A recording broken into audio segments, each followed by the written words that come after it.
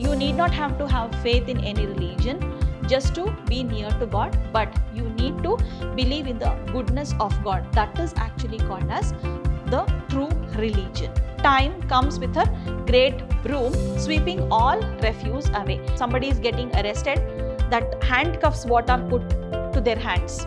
Okay, so that is called as fetters.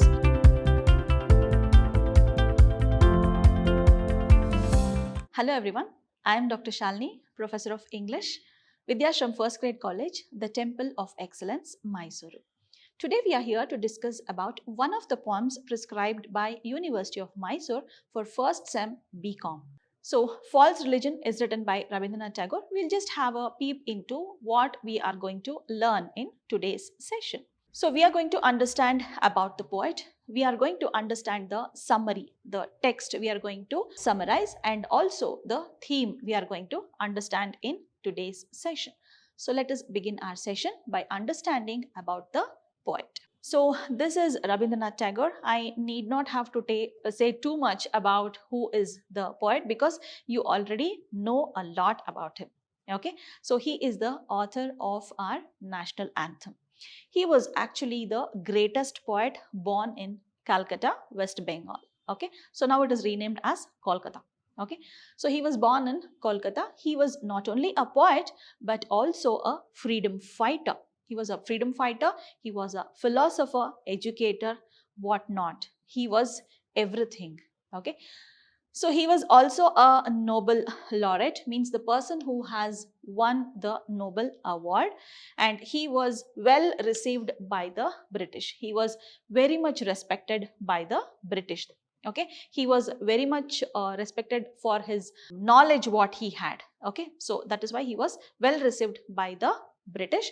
He wrote more about, he wrote more in his literature. He included mysticism and sentimental beauty of nature. How sentimental one can be towards nature. How sentimentally the beauty of nature can be described. So that was done by him through his poems. Okay, and also Indian culture was revealed to the West. Okay, so whatever Indian culture was there, he wanted to exhibit to the West. Okay, so there he actually introduced what Indian culture was there and the sentimental beauty of it.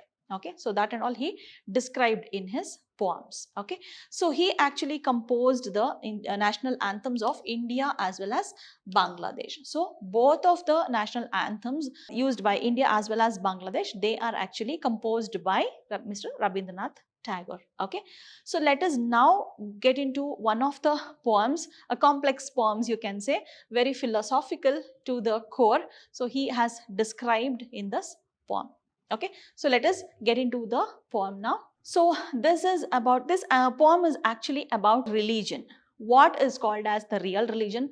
Why do you call few things as false religion? What is false religion? We are going to understand. What is meant by religion? We are going to get the crust of it. So let us begin our session now. Those who in the name of faith embrace illusion, kill and are killed. Even the atheist gets God's blessings, does not boast of his religion. So let me just tell you, this is written in free verse. Okay, most of the poems of Rabindranath Tagore are written in free verse, and the characteristic of free verse is that lines do not have rhyming words. Okay, so the rhyming words are missing in those lines. So that is why it is called as free verse. And most common feature, that is, you can say the figure of speech. Okay, so that can be seen is, it is enjambment. Okay, most commonly enjambment can be seen. What is enjambment? A sentence starts in one line, it does not end here but it continues to the next also, and it ends somewhere in the middle, and here there will be no punctuation, and here also there will be no punctuation. Okay, so it just continues like that. Okay, there should be no punctuation in between, and the sentence should not end in one line, it should continue to the next line also. So that is called as enjambment. Okay, so I'll show you an example of enjambment when we come across it. Okay, those who in the name of faith embrace illusion. So here is talking about the faith of religion and what those people do in the name of religion.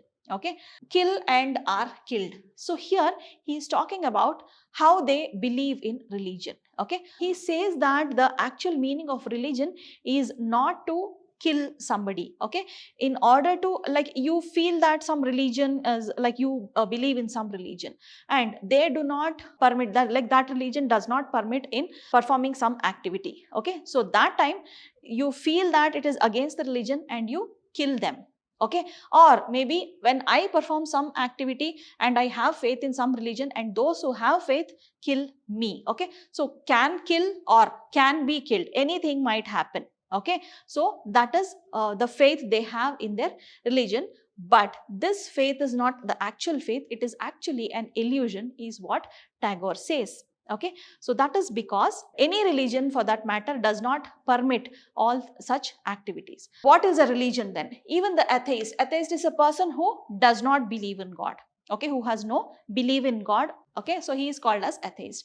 Even he gets God's blessings. Okay, so not that I worship God from day to night, then I am very much blessed by God. No, nothing like that. But I perform all, I do all bad activities, all illegal activities. That means God doesn't bless me. Even if I am an atheist, God will bless me if my work is proper, my work is legal. Okay, so even the atheist gets God's blessings, does not boast of his religion. He is an atheist, he doesn't believe in God, but he also doesn't boast about his religion. He simply just leads his life doing good work. That is what the poet is trying to say. Okay, so he is advising us, advising the people who have lot of faith in religion and lot of faith in God, not just to believe that, but to perform good deeds also. Okay, not believing is equal to believing and not doing good activities. Okay, so this actually, those people are not blessed by God. That is what the poet is trying to say. Let us now move on to the next para. With reverence he lights the lamp of reason. So what does an atheist do? He reasons. Okay, he lights the lamp of reason, means for everything he wants a reason. Suppose somebody is superstitious about something. Okay, any practice for that matter, somebody talks about why should it be done. Okay, suppose there is an eclipse and you are not allowed to eat just before 4 hours of eclipse, beginning of the eclipse or something like that. If somebody says, I'm just giving you an example. So somebody who is an atheist, who doesn't believe in all this, they will ask, why do you do that? Okay, so here that person is just igniting a spark of reason. Okay, but those bigots means those people who believe, who are staunch followers of some religion, or they are the deepest believers of God. Okay, so what do? They say we are not supposed to question anything, we are just supposed to follow whatever the religion has told, we are just supposed to follow whatever God says. Okay, so he lights the lamp of reason and pays his homage not to scriptures but to good in man. So he is talking about atheists. Okay, here he completely talks about atheists. How does an atheist behave?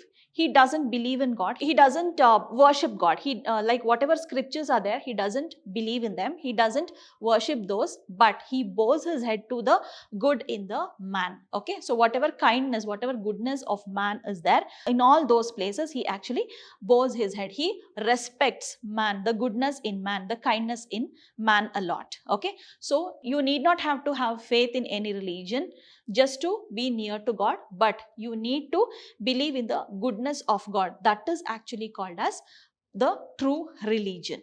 Okay, the bigot insults his own religion when he slays a man of another faith. So let us just concentrate on these two lines now. A bigot, he is a staunch believer of any religion. Okay, so he also belongs to some religion. When does he insult his religion? When does that happen? When he slays a man of another faith. Okay, another person who believes in another religion, when he slays, when he shatters the faith, okay, when he forgoes the faith of another person, it is as good as insulting his own religion, says the poet. So bigot insults his own religion this way. Conduct he judges not in the light of reason. Here bigot doesn't consider the region, he just considers he only has that religion in his mind. Okay, he doesn't consider any reason or anything. He just has that in his mind. In the temple, he raises the blood stained banner. Okay, he would have killed a person. Okay, he would have killed a person, he would have killed his faith there, and he goes to temple and there he raises the banner of this blood stained banner. Okay, and worships the devil in the name of God. What does he do? What has he done just now? In the name of religion, he would have killed somebody, he would have slayed somebody's faith. Okay, so that is nothing but the blood stained banner that he is going to raise in the temple. He just is worshipping the devil. Okay, though he goes to the temple, he doesn't worship God. He just grows that devil which is there in his mind, in his body. Okay, so he's just giving food to the devil in his mind. Okay, he's bringing up that devil only. Okay, so all that is shameful and barbarous. It is very shameful and it is very cruel, you can say. Barbarous is cruel. Okay, barbarous throughout the ages means from many years this has been followed. All that is shameful and barbarous through the ages has found a shelter in their temples. So in the name of religion, they are doing this bigotry, like whatever practices, like killing another man in the name of religion, sacrificing some animal or something in the name of religion. Everything is bad deeds. Everything are bad deeds, and that is what is happening in temples, is what the poet says. In the name of religion, you are doing this. That is not the actual religion which you have to follow. That is false religion what you are following. Those they turn into prisons. Now, these are not temples actually. Okay, so these barbarous acts that are there, that they have been practicing through ages, they have been sheltered in those temples. Okay, so these temples have turned into prisons. Okay, so these temples have become prisons now. Oh, I hear the trumpet call of destruction. So you might have observed in temples that they blow this conch. Okay, whenever they have to begin something, like whenever they have to begin some auspicious thing, auspicious work or something, they blow this conch. Okay, so blowing of that conch, for the poet, it sounds like the trumpet call of destruction. Okay, so he feels that temples have become prisons now. Temples are a shelter of these devils, what the bigots worship. So actually they have, that sounds like a trumpet call of destruction. Okay, so that is a call for destruction. That is where people have illusion about religion, and there, that is the place where destruction begins. So that is what the poet is trying to tell us. Time comes with her great broom. Time comes with her great broom, sweeping all refuse away. There will be a time that will come with her broom. So that means the poet says there will be a time wherein everything will be washed off. Just like that, everything will be washed off, and nobody will be, even if you refuse, even if you embrace, nothing will be left out. Everything will be washed out. There will be no bigotry, there will be no hatred, there will be no barbarous act, nothing will be left. Okay, due to this false religion, everything will be washed off. That is the time when man will learn a lesson. So that is what the poet is trying to tell us. Okay, so here you can feel that free verse. Okay, he has written it just like you are talking, isn't it? So you can observe that there is no rhyme scheme in the end. Okay, there is no rhyme scheme in the end, and also there is no sentence ending also. Okay, the sentence doesn't end in the which is there. So it is like the continuous sentence which he has written. Okay, so this is how the poems are written in free verse. Okay, so let us now continue.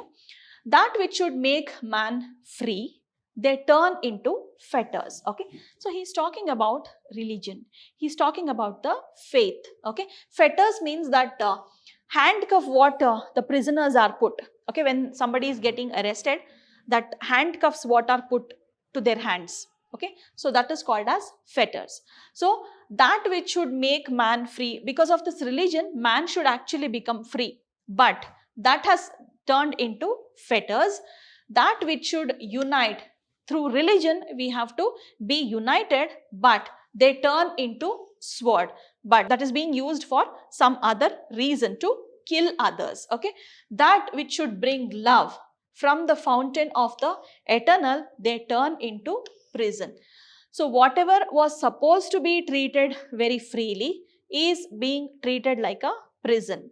Okay, wherever man had to be free, there and all man is like he is in a prison. Okay, wherever there should be freedom, there is no freedom, but there is slavery. Okay, so there is some kind of holding back. Okay, so that is what the poet is trying to tell us. Okay, with its waves they flood the world. So he is talking about the waves of the religion. Okay, so that the faith he is talking about, and with these waves they flood the world. They try to cross the river in a bark riddled with holes, and yet in their anguish whom do they blame? So just imagine religion, the faith you have in the religion is like a boat. Okay, you consider that like a boat, and using that boat you have to cross the river of life. Okay, but when you do all wrong things, wrong deeds, what happens? Those are like small holes that let the water, that lets the river water into the boat. Okay, so what happens? One small hole just sinks the boat or the ship also, isn't it? So similarly here also, these wrong deeds what we do, small wrong things what we do, no, so all those are like holes for the boat what we are traveling the river of life. Okay, so it lets the water flow into the river. Okay, so what happens next? We start sinking. The people start sinking. Our faith diminishes, our faith goes down, and people start sinking down in the, like they cannot lead a successful life. They actually start sinking. Okay, and yet in their anguish, anguish means that what to say, the heavy heartedness. Okay, in their anguish, whom do they blame? Now these bigots, whom do they blame when they are not able to lead a proper life, when their life is sinking? Whom do they blame? They have nobody to blame. It is just because of what practice they have followed, what works they have done. Okay, so that is the reason for them to sink in life. Okay, so that is what the poet is trying to say. Wherever there should have been freedom, there and all freedom is not there. Okay, wherever there should have been love, there love is not there. Instead, they start developing hatred. Okay, so wherever they had to unite and sword like cutting it. Okay, so there and all you have, they start cutting the relationships of people. Okay, so man cannot unite at all. If there is bigotry followed like this, man cannot unite at all. Okay, so when you have faith like this, and when you want to cross the river of life, you must practice doing good deeds only. You must bow to the kindness of humans. Okay, so that is how you lead a successful life. So that is what the poet is trying to tell us. Okay, oh Lord, now he prays to God. Oh Lord, breaking false religion, save the blind. So by this word blind, he actually talks about the bigots, the fanatics. He is talking about fanatics are the blind believers of some religion. Okay, so if you belong to any religion, you blindly believe that I have to follow this religion, and this is not, you assume for yourself, instead of going through what is written in that religion, what is taught in that religion, you just blindly believe whatever is good for you, you are just going on doing it. No, that is bad.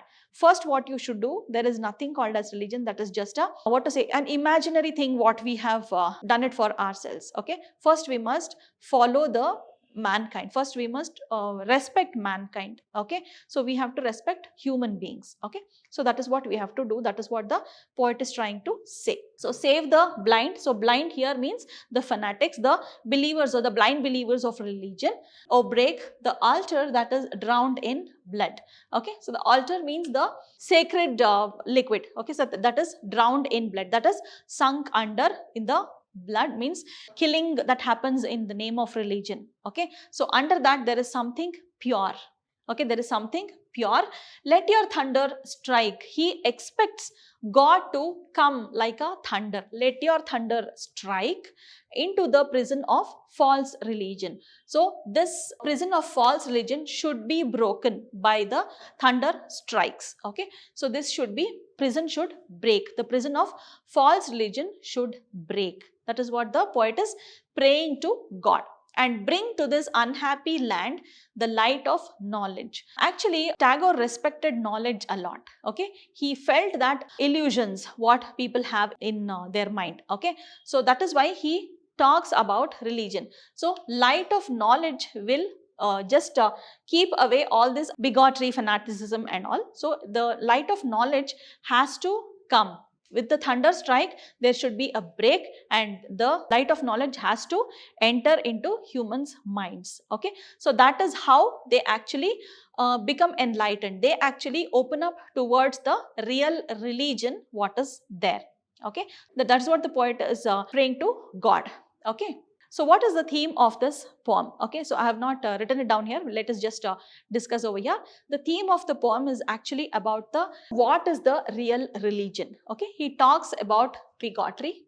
Okay, the poet talks about bigotry. That means the blind beliefs in any religion. Okay, so he talks about bigotry. He talks about the fanaticism, about the fanatics also, you can say.